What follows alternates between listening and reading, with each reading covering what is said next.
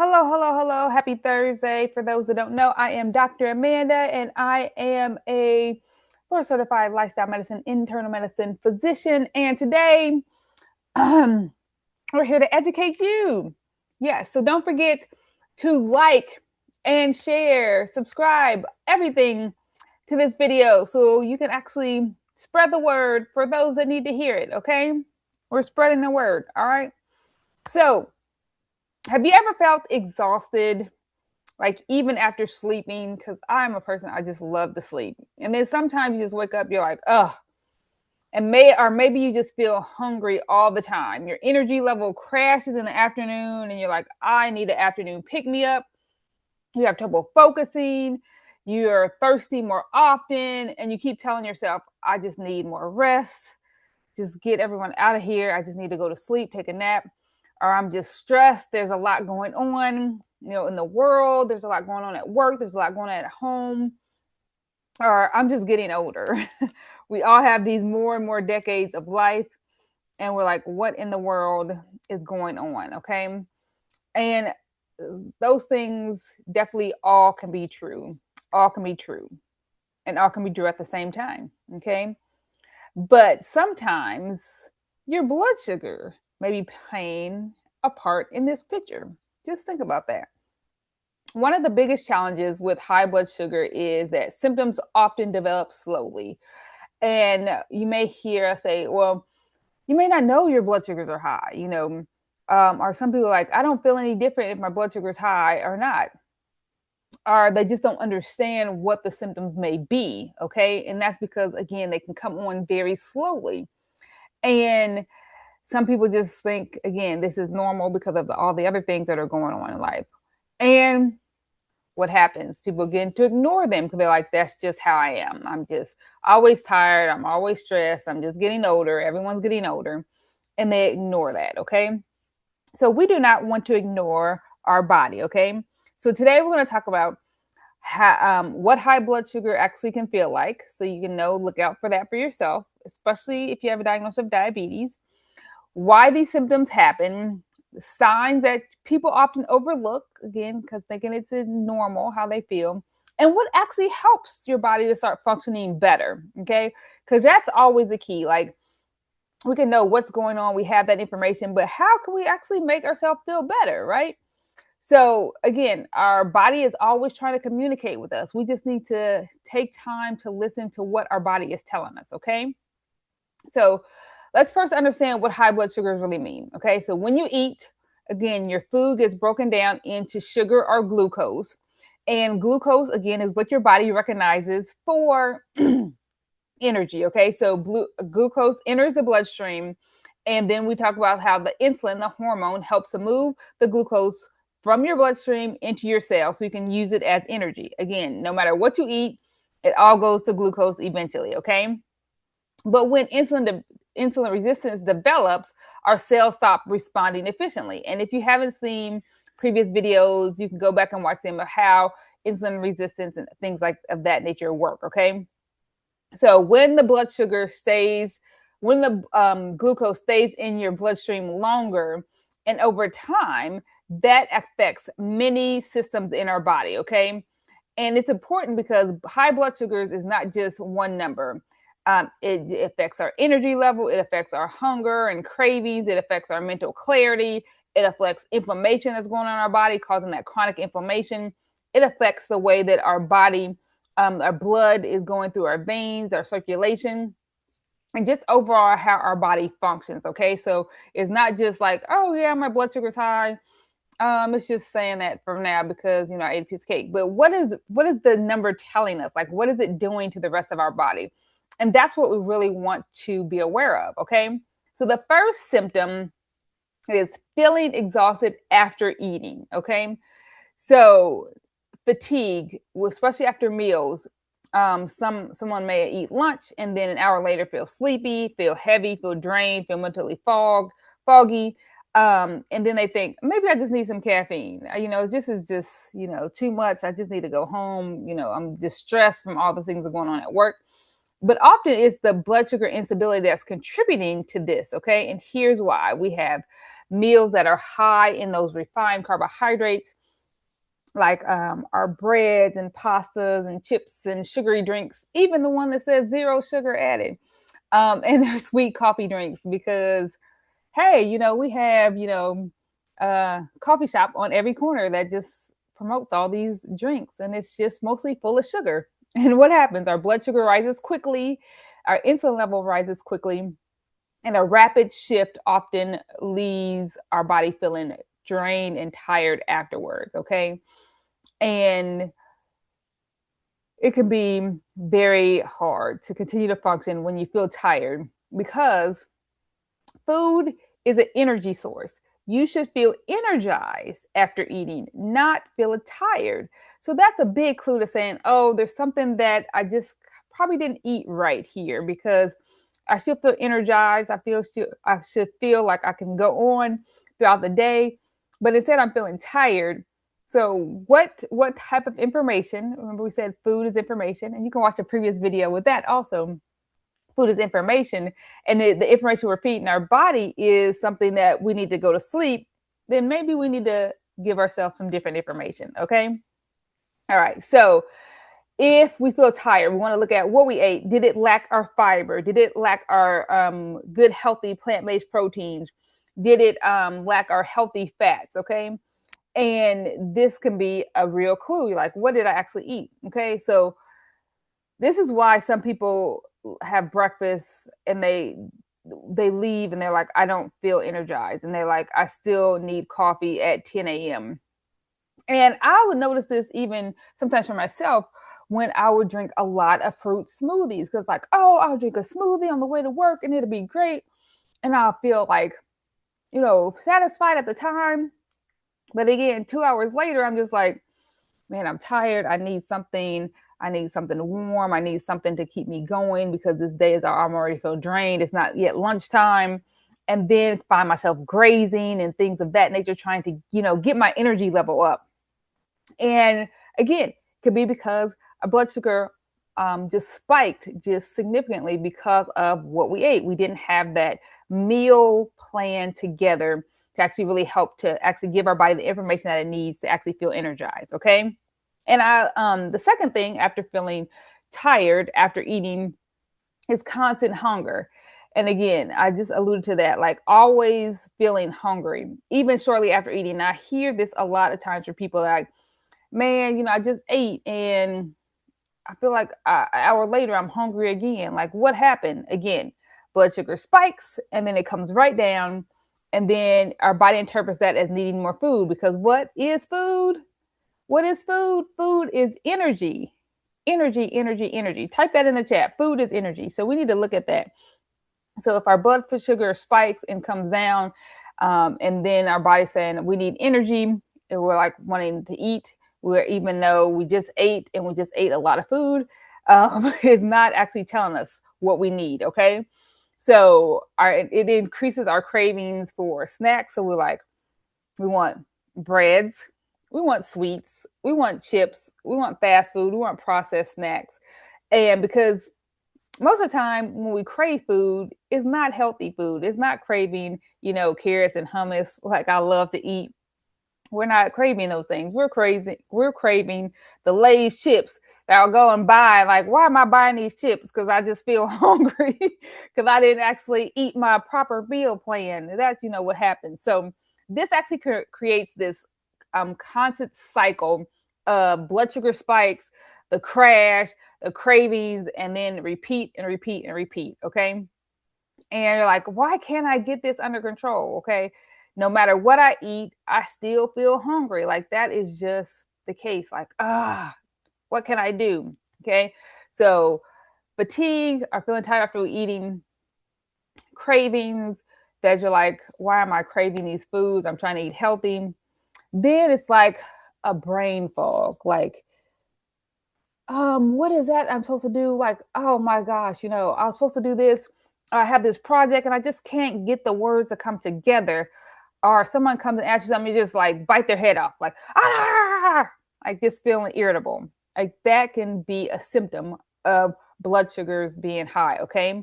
So whether you describe it something like, trouble focusing, trouble getting the project done, just feeling mentally tired, or getting overwhelmed very easily, just becoming forgetful. All this can mean your blood sugars are swinging dramatically. Again, spike up, come down, spike up, come down. And your brain feels this shift too, okay? And some people may even notice they're like, oh, you become impatient, you're more emotional, you're mentally drained during these blood sugar fluctuations. And it's just like, oh my gosh, I feel like I'm losing my mind. But again, we want to go back and see what is the information that we're feeding into our body, okay? So put this in the chat. I will feed my body the energy it needs, okay? We want to actually engage, okay?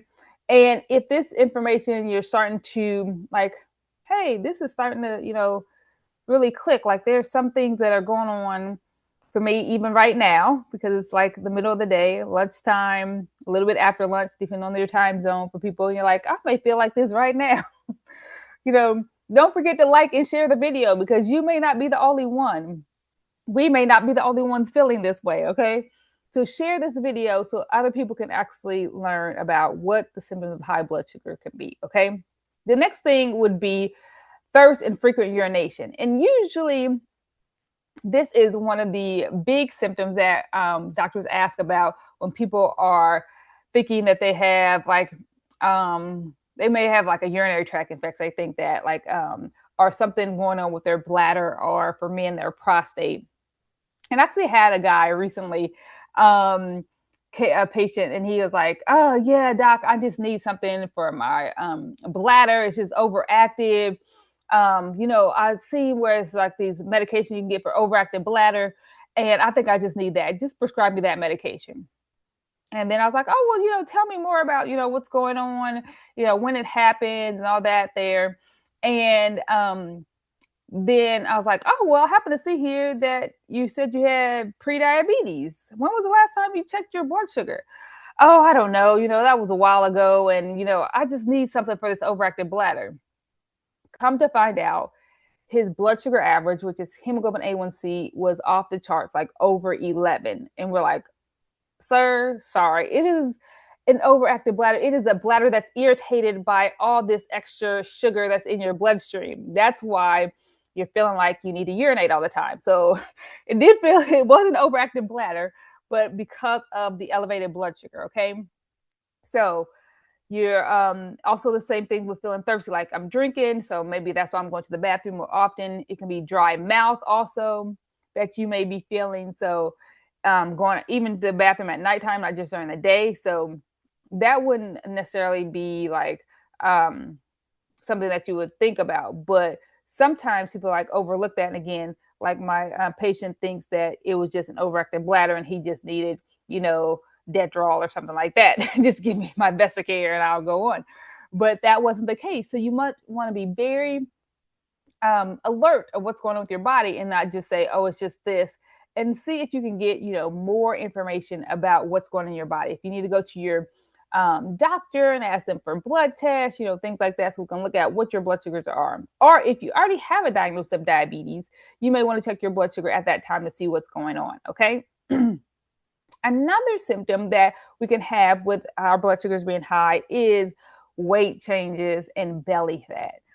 Now, this one really surprises people because insulin resistance affects the way our body stores energy. Again, going back to previous videos, I go to this more detail about insulin resistance because when insulin stays high, trying to get our blood sugars down, it's trying to compensate for what's going on, then our body is likely more to store this energy as fat, and especially around the midsection, that spare tire that we can't get rid of, or around our hips and thighs, like we just can't get rid of. Like our body's just like, yeah, there's some energy here, but I don't know where to put it, so let's just stick it right there. And then at the same time, people, we feel tired or crave quick energy foods, the ones that just kicks that blood sugar back up. And then again, what does it do? It creates that cycle again. And then weight gain and blood sugar issues often influence each other. Okay. So you have higher weight that leads to insulin resistance, that then increases your blood sugar, and then the insulin resistance, and then the blood sugars cause more insulin resistance. So it just goes on and on and on. Okay. So we want to be very aware of our body, and our body, what our body is telling us. It sends us lots and lots of signals. Okay. So why do people miss these signs? Okay, so people can miss these signs of their blood sugar being high because why?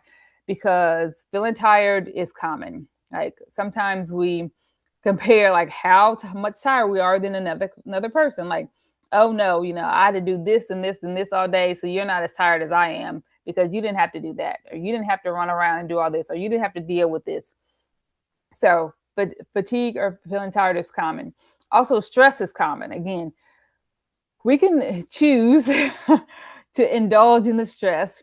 And again, some of the stressors are outside of us, but we can choose how we respond.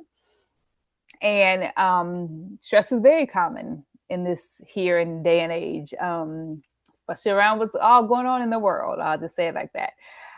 Brain fog can feel common. Like everyone just feels like everything's just on the tip of their tongue. They just can't quite get it out. And you're there and talking like, I was going to say something. I just lost my train of thought. It must be because I'm getting older. People, every decade of life, they just blame it on that. Okay. So common does not mean normal. Okay. So just because everyone else has it doesn't mean it's necessarily normal. Okay. Sometimes we don't want to be normal. Okay. So again, this is why we may miss that our blood sugars are high, because we just say, well, this is just normally what happens at this time of day or this time of year or this time, whenever. Okay. So we're going to spend some time now. So to go over what we can do to actually help this. Okay. We don't want to just say, oh, this is how you feel when you have high blood sugar. So you'll know, yeah, I have high blood sugar. So what do I do now? Right? We don't want that. We don't want extreme diets. We don't want, quick fixes. We don't want things that's going to cause more harm long term, right? We don't want to cause things that's going to cause more of that chronic inflammation that continues to build up. We want to try to change things differently. Okay. So, of course, I could not go without talking about how we put our meals together. Okay. So this is so huge. Actually, I was just on a call talking about protein and how we can overemphasize protein at different times, and how we think, oh, we gotta have protein, we gotta have protein, we gotta have protein. And in America, we are not protein deficient. Even as vegan, vegetarians, usually we're not protein deficient. Okay, it's usually we can get those in. It's some other countries that can definitely be protein deficient, but usually in the U.S. we can get the protein because it's so hammered in us that we can get it. But we definitely want to make sure we're having protein with fiber with our meals, and really look at that. Not a lot of refined carbohydrates. So we want to have the carbohydrates because that can help with our blood sugar, give us energy now. The fiber and the protein are a little bit slower, so then it comes around, so we don't get those cravings and that hunger just an hour later, and then a little bit of those healthy fats too. Okay. So instead of just having a bagel for breakfast, we'll have our steel cut oats with walnuts and chia seeds and berries and cinnamon.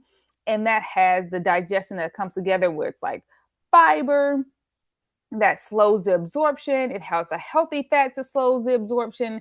And then our blood sugars tend to rise more on a slow and steady incline instead of a spike up and down. Okay, so that's what we want, because our body can handle that. It likes that slow, gradual change, and then it can bring it back down. Okay, but when it spikes up and then comes right back down, that's when we get those crashes. Okay, and we want to make sure that we choose our carbohydrates wisely. Again, carbohydrates are not bad. They're not good. It just gives us energy. We want to actually look at the type of carbohydrates we would want to eat that actually gives our body the information that we are looking for at the time. Okay.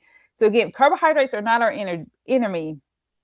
And again, I talked about this on previous videos, especially if you have a diagnosis of diabetes, whether you should have carbohydrates or you should look at your sugar. So carbohydrates are an essential part of our actual diet and our actual meal plans. Okay, so we want to make sure we have that. So we want to look at we're going to talk about a program that was in the other day, talking about protein, and we're like legumes, and they're like, don't use legumes. Nobody knows what legumes are. You can't go to the store and say, here's the legumes, unless you're, somebody like me that geeks out on that kind of stuff. Like look at it, it's like, yeah, of course we know what legumes are. But anyway, we'll look at lentils and beans and peas, quinoa, things of that nature that can actually bring in that protein and that fiber together. Okay, that actually helps to help our body to digest the food, digest the energy that we need, but doing it in a slower manner that our body can actually adapt to. Okay. Third thing that we can do, one reason why people overeat is because the meals are not satisfying. That is so true. The meals are not satisfying. We can go and eat like 30,000 calories or something, but it's not what our body needs at the time. Like, it may taste good on the taste buds, but our body's like, where is those nutrients that I need? Where are those vitamins that I need? It was nowhere in here. So maybe this energy is okay for another day, so I'll just store it. We want to burn energy. We don't want to necessarily store it all the time, because storage is fat, and we do not want that stored there all the time. Okay. So next thing we want to do is pay attention to our liquid sugar that we intake. And I can tell you all, this one was such a hard one for me. Like, liquid sugar. I love Coca-Cola. You couldn't tell me anything. I was like, I don't care what y'all say. I'm not giving up my Coca-Cola. I love this. And it had to be a specific, kind.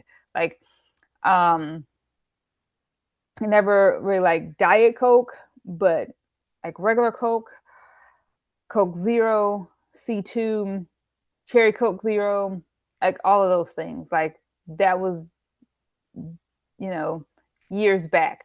But one day I just decided, I was like, I'm going to see how long I can go and not drink soda, my liquid sugar. And it has been several years. And not to downplay people that have addictions of any sort, but definitely was that regular soda was an addiction for me.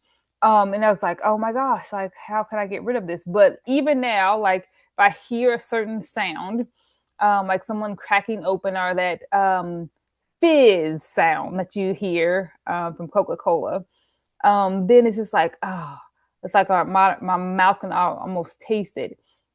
And I was like, I don't go back, because just that one taste, I was like, it will cause a spiral down. And that can be the same for you. You may look at what causes you to spiral and really try to substitute that out for something different. So instead, now I drink kombucha that has carbonation. A little bit better. Okay, a little bit better. But really try to still focus on how much of that, because it's still liquid calories that I'm drinking. So you have to be very careful that one will exchange one thing for another, because people are like, I don't drink soda, but I drink juice. Well, that's still sugar. Like, one is carbonated, one is not. Like, 100% juice is still 100% sugar. Okay, so we have to be careful with that. Again, we want to look at alternatives. So I love my lemon water in the morning. I really have people focus on that in the morning, like a warm lemon water, just to wake the body up. It has a little bit of taste to it, because people are like, I don't like the taste of water, so it has a little flavor. You can add any, berries or any citrus fruits to that, to actually help your water be more delighting for you. Okay, so you can do that. So try to get rid of otherwise that liquid sugar. Okay, and the next thing we want to do is make sure we move after meals. I really been emphasizing this a lot more, because it makes a huge difference. And then once we actually move after meals, so that can be breakfast, lunch, and dinner, whether that's like also some stretching, some doing some activity, just moving around. So not going from like the kitchen table to the sofa and sitting watching TV for the rest of the day. That's what we don't want to do. Okay. So any movement you can do, because then it actually trains our body to say, oh, okay, I just took in this energy, and now I need this energy into my cells to move that muscle. So especially like walking. those big muscles in your legs. Okay. So that really does help. Okay. And one that I usually always mention, people sometimes gloss over, like, I'm not going to listen to that one, is sleep. So poor sleep affects your insulin sensitivity. Okay, and remember that insulin is that hormone that we need to work and work well for the blood sugar, for the sugar to move from the bloodstream into our cells. Okay, so we want to make sure that we are sleeping very good. We want to make sure we're going to bed early. We want to make sure we're reducing screens before the bedtime. We want to make sure we're creating a good nighttime routine to help calm our mind down. Trying to move our phones away. Again, some things that we just got to learn along the way. Okay. Um, but sleeping and having a restorative sleep makes a huge difference in the way that our body can repair and replace and restore what's going on in our body. Okay. So don't underestimate the power of sleep. Okay. So we want to make sure that we're sleeping well. Okay. We also want to make sure that we are making healthy food taste good. Okay. Nobody's going to come back and eat your food if they're like, oh, this tastes horrible, because on the taste buds, that's the first impression that they have. Okay. And sometimes for me, it's just like, I don't care. I'm just going to eat it because I know it's healthy. But that only lasts for so long, right? You can do that. You can, muster up enough energy and enough willpower to get through it a few times, but that's not going to be successful long term, right? So we want to make sure that our food does not taste bland. We want to try to use more herbs and spices, like our garlic, our onion powders, our cumin, smoked paprika, turmeric, fresh herbs, our lemon juices, things of that nature. Cinnamon, I lose cinnamon all the time, use it all the time. That actually helps us to stay consistent, because the food is not only good on the taste buds, then it actually feeds our body and gives us the energy that it needs and gives us that positive reinforcement, right? So that is so good. Okay, so that actually helps to keep the good things going. What's that motivation to keep you going, right? That positive reinforcement. Okay, so remember your symptoms that your blood sugars are high is not that your body is failing. You're tired. You have the mental fog, trouble clarity. It's just that your body giving you signals like, hey, there's something going on here. Please pay attention to like what you're doing, you're eating, whether you're not sleeping, whether you're stressing more, whether you're not moving your body as constantly as you should. And over repeated time, you may, note these things down and like, oh, I remember this, and this is how I felt when my blood sugar was high, so I need to change something there.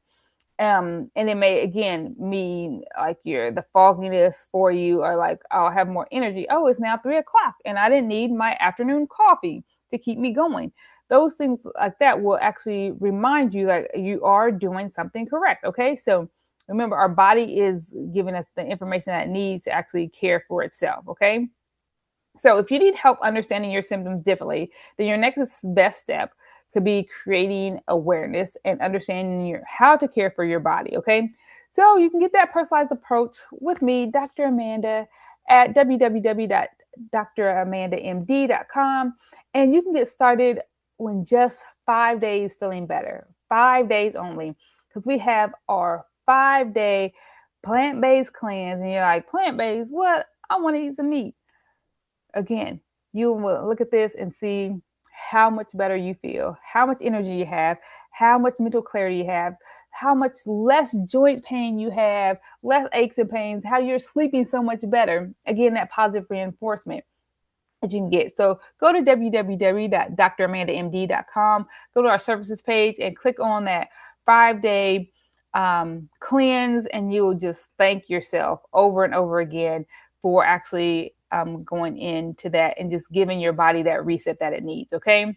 So next, imagine you wake up and you're like, oh, I can just stand up immediately. I have more energy. I don't have the aches and the pains, or I don't need my afternoon coffee. I've been able to get through this project in an hour when it would take me, 3 days before to get through it. And you'll be like, finally, my body is responding to the things that I'm doing, and I feel so much better. And you will thank yourself. And when you start to slide back, because we all do, you'll remember how you felt and how you felt good at a time. You're like, I can get back on track and get back on track easier. Okay.